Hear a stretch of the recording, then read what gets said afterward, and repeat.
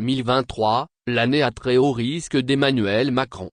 La rentrée s'annonce très compliquée pour le chef de l'État. Sur fond de nouvelles crises sanitaires et d'augmentation des prix de l'énergie, les textes à venir, et notamment la réforme des retraites, risquent fort d'attiser la colère sociale.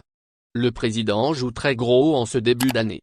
Grand soleil et température estivale sur le fort de Brégançon où le président de la République est arrivé dimanche pour passer quelques jours en famille.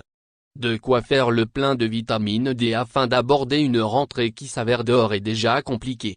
C'est souvent le cas depuis 5 ans.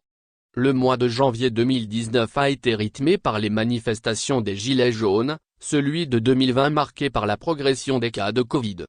L'année 2021 a commencé de la même manière alors que 2022 s'est ouverte avec les rumeurs d'invasion de l'Ukraine par la Russie. La rentrée 2023 se présente comme un dangereux mélange des 4 rentrées précédentes. La rue pourrait gronder. Sur le front de la santé, les difficultés des hôpitaux combinées à la grève des médecins et aux graves pénuries de médicaments font peser une angoisse forte chez les Français à laquelle le président a choisi, pour l'instant, de ne pas répondre personnellement. Parallèlement, l'augmentation des prix de l'énergie, due notamment à la guerre, continue d'entretenir colère et frustration chez nombre de concitoyens. La rue pourrait donc à nouveau gronder. D'autant que le durcissement de la réforme de l'assurance chômage, annoncé cette semaine, en pleine trêve des confiseurs, a attisé les braises et exaspéré des syndicats. De quoi inquiéter les élus de la majorité, ils devaient être à court de conneries à faire au gouvernement. Confiait, hier, un député Renaissance aux Parisiens. Des projets de loi à risque. Mais si le contexte est explosif pour le locataire de l'Élysée, les textes à venir ne le sont pas moins. Le projet de loi sur les retraites sera le chantier le plus à risque.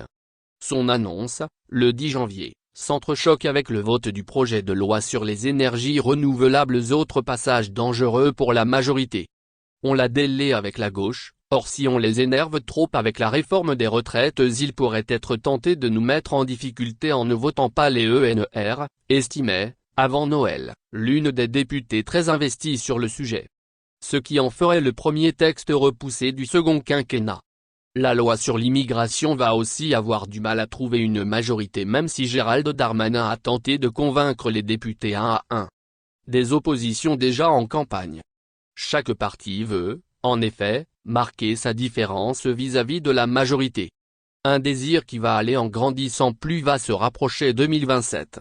La NUP, en difficulté, devrait donc, dès la rentrée parlementaire, donner de la voix pour ressouder ses troupes, les LR vont enfin tenter d'exister.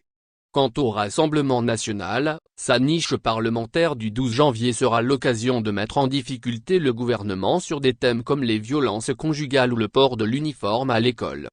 Emmanuel Macron, que l'on sait très agacé par les oppositions parlementaires, va, peut-être, avoir besoin d'une deuxième dose de vitamine D pour passer l'hiver.